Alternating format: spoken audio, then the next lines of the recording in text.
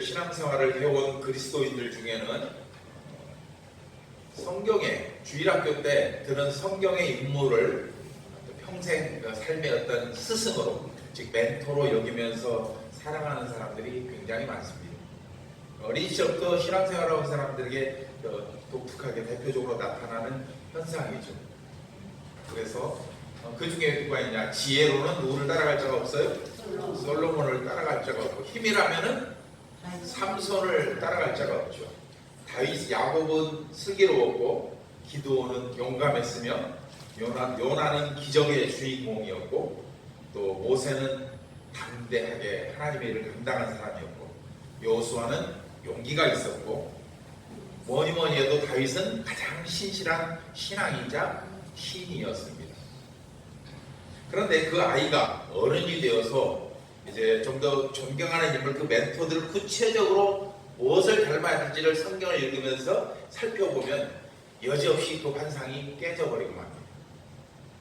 한 사람도 여지없이 다 깨질 수밖에 없어요. 그동안 자신이 그토록 떨쳐내려고 몸부림치던 죄와 연약함, 어리석음과 교만함으로 가득한 한 인간을 그 성경 속에서 만나기 때문이에요. 그 순간 밀려드는 실망감과 함께 그처럼 어리석고 부족한 사람을 위대한 믿음의 사람으로 사용하시는 하나님을 또 이해할 수가 없게 됩니다. 솔로몬은 뭘 했어요? 우상 숭배의 상징이 되었고, 삼손은 여자친구 모녀만 따라다녔고, 야곱은 남을 속이는 달인이었고, 기드온은 우상 숭배자였고, 다윗은 간음과 살인을 저지른 사람이었고, 요나는 주님의 명령에 불순종해서 도망갔던 사람이었기 때문이에요.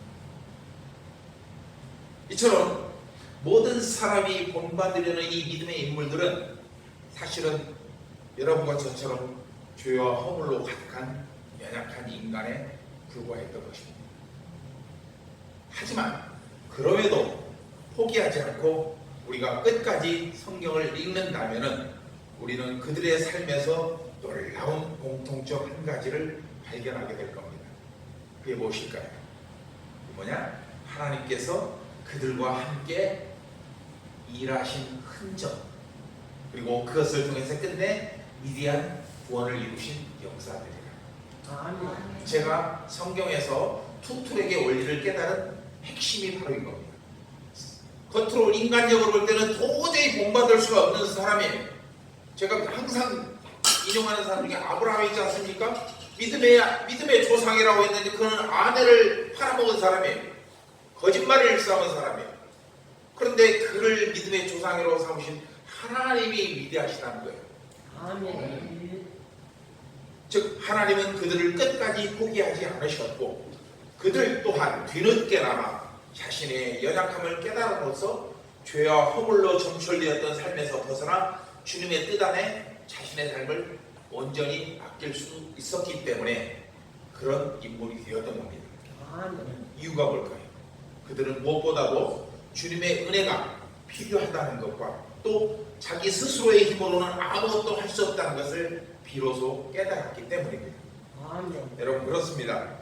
우리 또한 온통 죄와 허물로 가득한 삶이지만 그럼에도 우리의 모든 죄를 대속해 주신 예수님과 더 나아가 우리의 죄와 허물과는 비교조차 할 수 없는 하나님의 놀라운 은혜가 우리에게 임했기 때문에 그 은혜를 덧입어 지금 이 자리에 나올 수 있게 되었습니다. 우리가 죄가 없어서 이 자리에 나온 게 아닙니다. 오직 하나님의 한량없는 은혜와 사랑이 우리를 주님 앞으로 인도하신 것입니다. 그러므로 여러분, 우리는 매일매일 주님의 은혜와 자비가 필요합니다. 또 모든 순간마다 함께 하시는 성령님의 도우심이 필요합니다. 여러분의 모든 삶이 이처럼 하나님의 은혜 안에서 그분의 계획과 목적이 성취되어가는 복된 인생이 되기를 주의 이름으로 축복합니다. 여러분, 우리는 하나님을 아버지로 또 예수님을 구세주로 그리고 성령님을 우리를 도우시는 보혜사로 섬기며 사는 그리스도인입니다. 그리고 그리스도인이란 신앙이 추구하는 그 목표를 이루기 위해 기꺼이 자신을 하나님께 헌신할 수 있는 사람을 가리키는 표현이기도 합니다. 그렇다면 여러분의 삶에서 신앙의 목표는 뭐라고 생각하십니까? 그것을 위해 기꺼이 자신의 삶을 바칠 수 있는 그 목표가 뭐냐는 거예요. 이 질문은 개인적이고 지역적인 차원이 아니라 모든 그리스도인이라면 공통적으로 가져야 될 목표가 되어야 할 것입니다. 그 답이 뭐냐? 바로 하나됨입니다. 하나됨. 이미 에베소서 4장 2절로 3절에서 살펴보고 전했던 것처럼 그리스도인의 삶은, 특히 교회 공동체의 삶은 성령의 하나 되게 하신 것, 다시 말하면 죄 가운데 빠져 각기 자기 생각에 옳은 대로 살아오던 우리를 성령 안에서 교회 공동체로 묶어주신 것을 힘써 지켜야 할 사명이 주어졌습니다.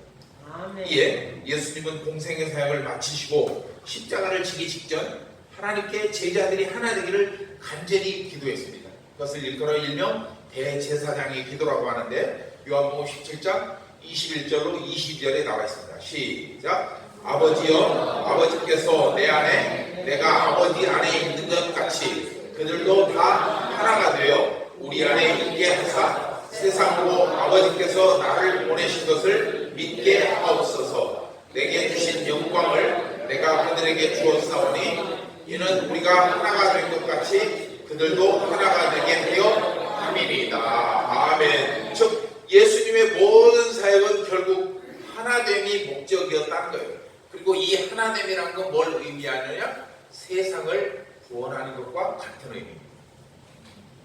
즉 하나님께서 당신의 독생자 예수 그리스도를 대속의 대가로 치르고서라도 끝까지 이루시려고 하신 목적이 바로 이 세상을 구원하는 것이었다는 겁니다. 따라서 먼저 구원을 받은 우리는 자신이 가진 모든 탤런트와 은사를 개인의 이익이 아닌 이 하나됨을 위해 사용할 때 가장 가치가 있음을 기억해야 합니다. 그리고 오늘 드리는 이 예배는 바로 하나님과 구원받은 우리가 온전히 하나됨을 기뻐하며 감사하는 시간과 공간이 될 것입니다. 따라서 최고의 예배란 말씀과 성령 안에서 하나님과 내가 완전한 하나가 이루어질 때 이루어지는 축복의 시간이기도 합니다. 하나님과 우리를 돌려놓았던 죄를 예수 그리스도의 십자가로 연결하고 그 다리를 건너서 죄에서 생명으로 건너가는 것이 바로 이 예배를 의미한다는 겁니다. 이에 바울은 로마서 5장 1절에서 우리가 하나님과 화평을 누리는 것은 오직 한 가지 예수 그리스도를 의지하는 것밖에 없다고 말씀하고 있습니다. 함께 읽겠습니다. 시작. 그러므로 우리가 믿음으로 의롭다 하심을 받았으니 우리 주 예수 그리스도로 말미암아 하나님과 화평을 누리자. 아멘. 하지만 예배는 하나님과의 수직적인 하나됨뿐만 아니라 성도 간의 하나됨을 이루는 수평적 축복 장소가 되기도 합니다. 즉 하나됨이란 것은 하나님과의 하나됨도 있지만 성도 간의 하나됨도 있는, 이것을 이끌어오는 십자가의 의미라고 합니다. 아멘. 그런데 성도 간의 하나됨은 성도들 각자가 하나님 앞에서 똑같이 죄인이라는 동질성을 깨닫게 될 때 이루어질 수 있습니다. 여러분 기억하십시오. 성도 간의 하나됨의 출발점은 뭐냐? 내가 하나님 앞에서 죄인임을 깨닫고 고백해야 된다는 거예요. 왜냐? 모든 사람이 하나님 앞에서 죄인이라고 고백하는 순간 그 생각이, 그 의식이 하나님 앞에 겸손하게 만들고 하나님 앞에 회개하게 만들며, 그리고 성도들 서로를 향한 긍휼과 사랑의 마음이 생기는 출발점이 되기 때문입니다. 아멘. 반면 우리 가운데 조금이라도 교만함이 있거나 또는 나는 너와 차원이다는 존재라는 그런 특권의식이 있는 한 성도의 하나됨은 절대로 불가능합니다. 교회가 분란을 일으키고 싸움박질하고 쪼개지고 이런 것들은 그 하나됨이 부족하기 때문이라는 거예요. 여러분, 우리가 오직 십자가만을 자랑하는 것은 나는 죽고 내 삶에 오직 주님만이 높임을 받기를 소망하는 고백과 동일합니다. 나의 능력이 아닌, 나의 믿음이 아닌 나를 구원하신 주님의 십자가만이 지금의 나를 나 되게 한 원인이라는 것을 인정하는 고백이라는 거예요. 그러므로 여러분, 사는 모든 날 동안 우리를 하나님과 하나 되게 하신 예수님의 십자가의 길을 따라 교회와 가정에서 그리고 세상 속에서 이 하나됨을 이루기 위해 힘쓰는 화해와 평강의 사도들이 되시기를 주의 이름으로 축복합니다. 그리고 오늘 본문 또한 가정과 교회의 문제를 다루고 있지만 결국 이 모든 것의 핵심 주제는 뭐예요? 결국 하나됨이에요. 하나됨. 아멘. 하나됨을 위한 또 다른 실천 방법인 거죠. 그런데 오늘 본문을 읽어보면 오늘 본문은 원래 5장 22절부터 6장 9절까지로 묶어서 읽는 게 좋습니다. 그런데 제가 33절까지만 끊어냈던 것은 그 뒤에는 이미 살펴본 적도 있고 해서 그렇습니다. 그래서 그 본문을 읽어보면 에베소서 전체적인 내용이나 흐름과 상당히 어울리지 않는다는 것을 발견하게 될 겁니다. 오늘 본문이 바로 에베소의 전체적인 흐름과 좀 비껴나 있는 느낌이 들어요. 즉 에베소서는 교회란 무엇인가를 말씀하는 책이고 실제로 그 모든 내용은 교회를 설명하는데 모든 초점이 맞춰져 있어요. 에베소서가 그렇습니다. 그런데 오늘 본문은 뜬금없이 뭐가 등장해요? 가정에 대한 내용이 등장합니다. 아내와 남편, 자녀와 부모, 종과 상견 이런 문제가 등장합니다. 하지만 여러분 본문을 좀 더 자세히 살펴보면 결국 오늘 본문은 가정이 아닌 교회를 설명하기 위한 글이라는 것을 우리는 깨닫게 될 것입니다. 에베소서 5장 31절로 32절 시작. 그러므로 사람이 부모를 떠나 그의 아내와 합하여 그 둘이 한 육체가 될지니 이 비밀이 크도다. 나는 그리스도와 교회에 대하여 말하노라. 자, 이 말씀에서 31절에서는 그 가정의 문제를 얘기를 하고 있는데 그 중간에 32절 첫 번째 이것이 비밀이라는 거예요. 즉 말하면 겉으로 보여지는 내용이 다가 아니고 그 속에 담겨진 비밀이 들어있다는 거예요. 그 비밀이 뭐냐? 그리스도와 교회였다는 거예요. 즉 오늘 본문은 가정에 대해서 자녀와 부모, 아내와 남편, 그리고 종과 상견에 대해서 말씀하고 있지만 실제로는 그리스도와 교회에 대한 비밀로 말씀하고 있다. 하지만 그럼에도 오늘 본문은 아주 모범적이고 이상적인 가정의 모습을 제시하고 있어서 이 말씀을 주제로 삼아서 혼인예배 때 설교를 하는 목사님들이 굉장히 많습니다. 본문을 살펴보면 내용면에서는 아주 간단합니다. 아내는 뭐이고? 복종하고, 남편은 사랑하고, 자녀들은 순종해서 완전한 믿음의 가정을 만드는 거예요. 이게 오늘 본문의 핵심이에요. 하지만 바울은 오늘 본문에서 이 온전한 부부의 관계를 비유로 들어서 그보다 더 중요한 내용을 말씀하고 있습니다. 오늘은 이 본문이 말씀하는 하나님의 뜻을 하나하나 살펴보면서 여러분과 함께 은혜를 나누도록 하겠습니다. 먼저 바울은 왜 오늘 본문에서 그리스도와 교회를 말씀하면서 가정을 그 비교 대상으로 삼았냐는 거예요. 좀 이상하지 않습니까? 여기에는 중요한 하나님의 원리가 담겨 있어요. 그게 뭘까요? 가정과 교회. 이 둘은 하나님께서 천국의 모형으로 이 땅에 친히 만들어주신 두 기관이라는 거예요. 이 땅에 하나님이 직접 만들어주신 두 개의 기관이 있는데 그게 뭐냐? 바로 가정과 교회라는 거예요.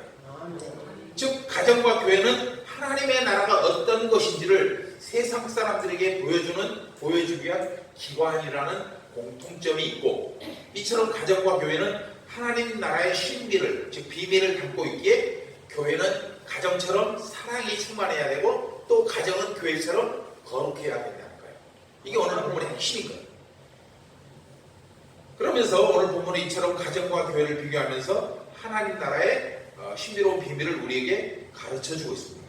이에 바울은 죄와 허물로 죽었던 우리가 그리스도 안에서 새 사람이 되어서 어떻게 가정과 교회를 이루어 가야 할지를 오늘 본문에서 말씀하고 있습니다. 결론부터 말하면 아내에게는 복종을, 그리고 남편에게는 사랑을 요구합니다. 자, 여기서 이 복종이라는 단어에 상당한 거부감들이 성도들에게 있어요. 그런데 제가 헬라어 원어를 살펴봤더니 복종 또는 순종 또는 청종 이런 단어들이 구약성경에는 청종이라는 말이 많이 잠언서에 많이 등장하는데 이 세 가지 단어가 똑같은 의미라는 거예요.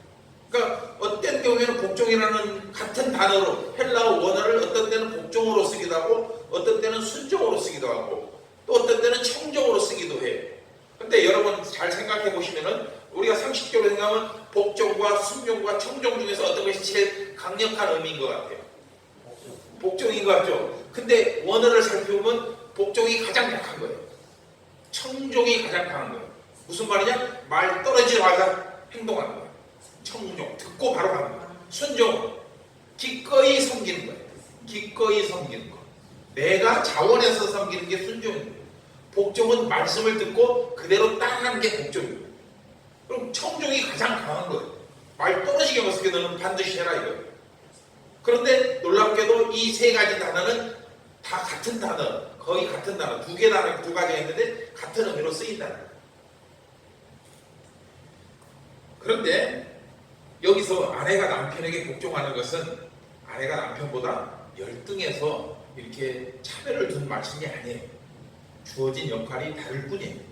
또한 아내에 대한 남편의 사랑은 단순한 육체적인 사랑이 아닌 예수님이 교회를 향한 사랑과 일치해야 합니다. 그래서 오늘 이 그리스도께서 교회를 사랑한 같이 남편도 아내를 사랑하라 이때 이 사랑이라는 단어를 에로스나 이런 걸로 필리아 이런 걸로 쓰지 않고 아가페를 쓰고 있다. 다시 말하면 남편이 아내를 사랑하는 것은 단순히 육체나 감정적 사랑이 아닌 우리를 구원하기 위해 아낌없이 당신의 몸을 내어주신 예수님의 그 사랑, 즉 아가페의 수준에 도달해야 한다는 것을 의미합니다. 25절 함께 읽어볼까요? 시작. 남편들아 아내 사랑하기를 그리스도께서 교회를 사랑하시고 그 교회를 위해 자신을 주심같이 하라. 아멘. 여기서 사랑이 두 개가 나오는데 이 사랑 두 개 다 아가페를 쓰고 있다. 여러분, 가정은 예수님께서 교회를 사랑하신 그 사랑만큼, 그리고 교회가 하나님께 순종하는 만큼의 순종을 통해서 세워져가는 주님의 몸입니다. 이에 바울은 부부간의 복종과 사랑이 어느 정도로 이루어져야 하는지를 이렇게 말씀합니다. 죽게 하듯 하나요. 그 수준이 뭐냐? 죽게 하듯이. 즉 세상의 지식과 문화를 판단 기준으로 삼는 게 아니고 예수님의 삶과 사역이 우리의 모든 판단의 기준이 되어야 한다는 것을 바울은 말씀하고 있습니다. 여러분, 성경은 이 시대를 영적 전쟁이라고 말합니다. 그렇다면 영적 전쟁에서 그리스도인에게 가장 치명적인 약점이 과연 무엇일까요? 그게 바로 가족이라는 거예요. 우리 성도들에게 가장 치명적인 약점이 가정이에요. 나 자신이 아니고 가정이에요. 아무리 주를 위해 충성할 마음이 있고 또 교회를 위해서 죽도록 헌신할 마음이 넘쳐 흘러도 가정에 평안이 없으면 가정의 사랑이 좀 다 깨져버립니다. 여러분 중에 배우자나 자녀가 마음을 상하게 해서 주일 예배 에이 교회 안 가고 빠져본 경험이 한 번 정도는 있을 겁니다. 그리고 나중에 깨달았어요. 그게 뭐라? 사탄의 장난이었구나. 깨닫게 된 겁니다. 기본적으로 사탄은 하나님께 도전할 수가 없어요. 하지만 그럼에도 하나님께 도전하는 방법이 한 가지가 있어요.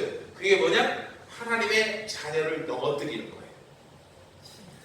이에 사탄은 하나님께 도전하는 의미에서 그 자녀들인 성도들을 공격하는데 그 성도들에게 가장 약한 부분이 바로 가족이라는 거예요. 가족의 신뢰를 깨뜨리고 가족의 화목을 깨뜨리고 그래서 가정이 가진 본연의 기능을 하지 못하게 함으로써 성도의 믿음을 무너뜨리는 거예요. 여러분, 가정은 축복의 샘이 되어서 그곳에서부터 흘러나온 샘물로 가족 모두가 행복과 평안을 누리고 또한 그 샘물이 담을 넘어서 이웃과 세상으로 흘러가는 축복의 근원이 되어야 합니다. 그런데 그런 가정을 서로 죽자고 덤벼드는 전쟁터로 만들면 안 된다는 거예요.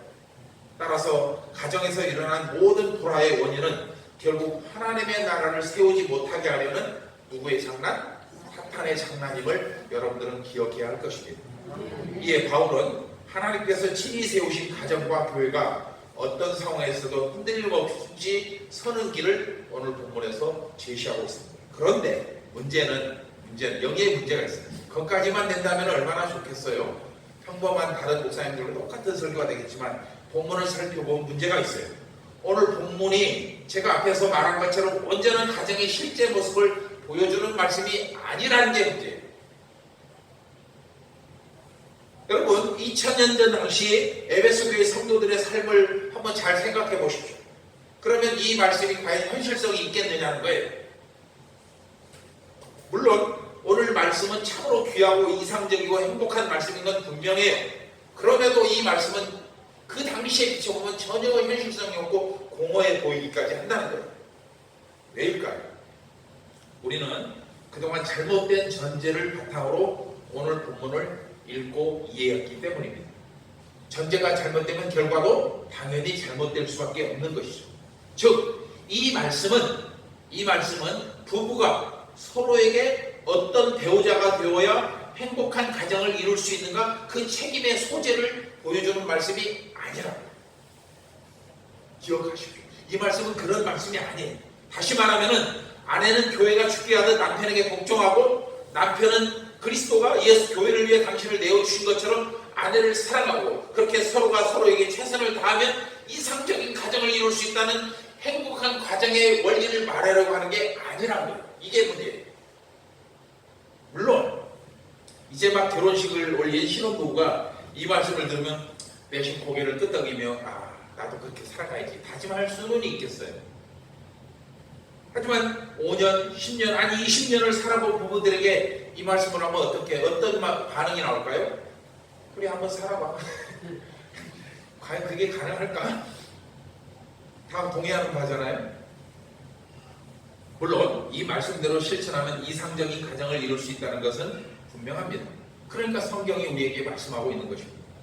즉, 주님을 진실로 사랑하는 남편이 그 사랑의 마음으로 아내를 진실하게 사랑하고, 또한 주님의 은혜를 깊이 체험한 아내가 그 사랑을 베푸는 남편에게 똑같이 진실된 마음으로 복종과 섬김을 실천한다면 성경이 말하는 가장 이상적인 믿음의 가정을 이룰 수도 있어요. 이룰 수도 있어요. 그래서 오늘 말씀이 교과서적으로는 행복한 믿음의 가정을 이루는 원리라는 것에는 저 또한 의심의 여지 없이 동의하는 바입니다. 그런데 우리가 착각하는 부분이 바로 여기에 있어요. 여러분, 오늘 본문은 하나님을 잘 믿는 가정을 말하기 위함이 아니에요. 그 당시의 상황에서 보면 에베소 교회는 부부가 함께 출석하는 가정보다 아내나 남편 혼자 믿는 가정이 절대적으로 많았을 것입니다. 이해하시겠어요? 아니, 그때 2000년 전에 에베소 교회보다 좀 더 가깝게 우리나라에 처음에 복음이 들어왔을 때를 생각해 보자는 거예요. 한 130년 전만 보자는 거예요. 그걸 보면은 그 에베소 교회는 안 가봐도 훤히 알 수 있어요. 언더우드 선교사님이 쓰신 그 글들을 보면 그런 내용들을 알 수 있는데, 난장판이었다는 거예요. 난장판. 이 나라가. 그 당시 복음을 영접한 여인들이, 그러니까 우리나라 그 조선왕조 말기에 그 복음을 영접한 여인들이 진정한 자유를 경험하고 자신이 얼마나 하나님의 택함을 받은 존귀한 자인지를 깨닫고 말할 수 없는 감사와 기쁨과 감격과 행복이 넘쳤습니다. 그래서 예수님이 나의 주신 주인이심을 고백하며 일평생 오직 주님만을 섬기며 살겠다고 하나님께 헌신한 부인들이 많았습니다. 그들을 일컬어 일명 전도 부인들이라고 합니다. 다 모든 삶을 내려놓고 뭘 위해서? 복음을 전하기 위해서 살겠다고 하신 분들이 바로 이분들이에요. 하지만 여인의 남편들이나 자녀들이 뭐랬냐? 교회를 다니지 않는다는 게 문제예요. 아까 그랬죠. 사탄이 어디가 가장 약점이라고 우리에게 가져들었어요.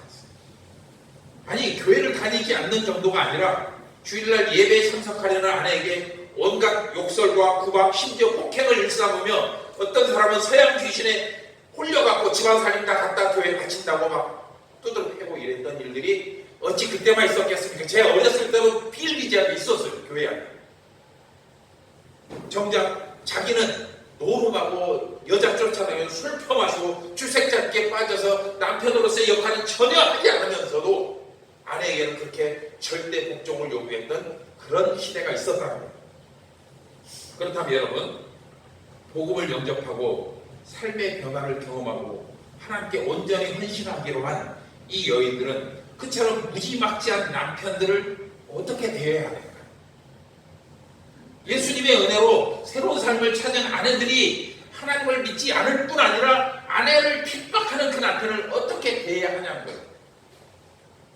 예수님이 교회를 사랑하듯 자신을 사랑하지 않으니까 아내도 남편에게 복종할 필요가 없다고 해야 될까요? 아니면 그런 사람은 도저히 살 수가 없으니까 그냥 헤어지는 게 맞다고 해야 될까요? 그리고 이런 일이 어찌 단지 우리나라에게만 우리나라에서만 일어났겠냐는 거예요. 시대와 장소는 달라도 복음이 전해지는 그 모든 나라 모든 시대 그리고 에베소 교회에서도 동일하게 나타났다는 거예요. 오늘 본문은 이처럼 도저히 사랑할 수 없는 사랑을 실천할 수 없는 상황이 찬 그 여인에게 지금 주신 말씀이야. 그리고 그 정답이 뭐였냐? 죽게 한다. 도저히 불가능한데 거기다가 대고 죽게 하듯하라고 말씀하고 있어요. 그래서 오늘 본문의 상황이 방금 설명드린 것과 같다면 그렇다면 오늘 본문에서 죽게 하듯 하라는 말씀은 이상적이고 행복한 부부를 위한 권면의 말씀이 아니라 그리스도의 신앙을 회방하기 위해서 수단 방법을 가리지 않는 그 사탄의 음모와 맞서 싸우는 치열한 영적 전쟁을 염두에 둔 말씀이라는 겁니다. 아멘. 다시 말하면 본문은 사랑과 복종을 겉으로는 말하고 있지만 그 핵심이 뭐냐? 영적 전쟁. 그리고 승리를 위한 유일한 한 가지 열쇠는 뭐냐? 죽게 하듯 하라요. 즉 믿음을 실천할 수 없는 상황, 복음이 핍박받는 그 상황을 이길 수 있는 유일한 방법이 죽게 하듯 하는 겁니다. 남편을 향한 말씀도 똑같아요. 그 당시 성도들 대부분이 여인들이었어요. 우리나라도 그랬으니까요. 거의 90% 이상이 여인들이지만 그런데도 비록 극소수였지만 남자들도 있었어요. 그런데 아내가 그냥 포악한 아내가 소크라테스의 아내처럼 남편을 조롱하고 핍박하고 신앙을 회방한다면 그럼에도 주님이 자신을 내어주신 같이 아내를 사랑하라고 말씀하신다면 이 말씀은 단순한 부부관계를 위한 권면의 말씀이 아니라 자신의 믿음을 대적하는 어둠의 세력과 맞서 싸울 수 있는 치열한 영적 전쟁을 염두에 둔 말씀이 된다는 거예요. 따라서 바울은 행복하고 이상적인 가정의 모습을 가르치기 위해 이 말씀을 하고 있는 것이 아닙니다. 우리는 그런데 이 말씀을 그동안 그렇게만 배워왔어요. 오히려 오늘 말씀은 복종할 가치가 없는 남편, 사랑할 이유가 없는 아내를 향해 그럼에도 주님의 은혜를 체험한 그들이 그리스도인이라면 어떻게 그들을 대할 것이냐 이 말씀을 지금 하고 있는데 그 정답은 그럼에도 주님처럼 복종하고 사랑하라고 말씀합니다. 아멘. 그래서 비평하기를 좋아하는 사람들은 뭐라고 말해요? 아니 바울은 결혼을 안 했으니까 이런 이상적인 얘기를 할 수 있겠지? 이렇게 말하는 사람도 있습니다.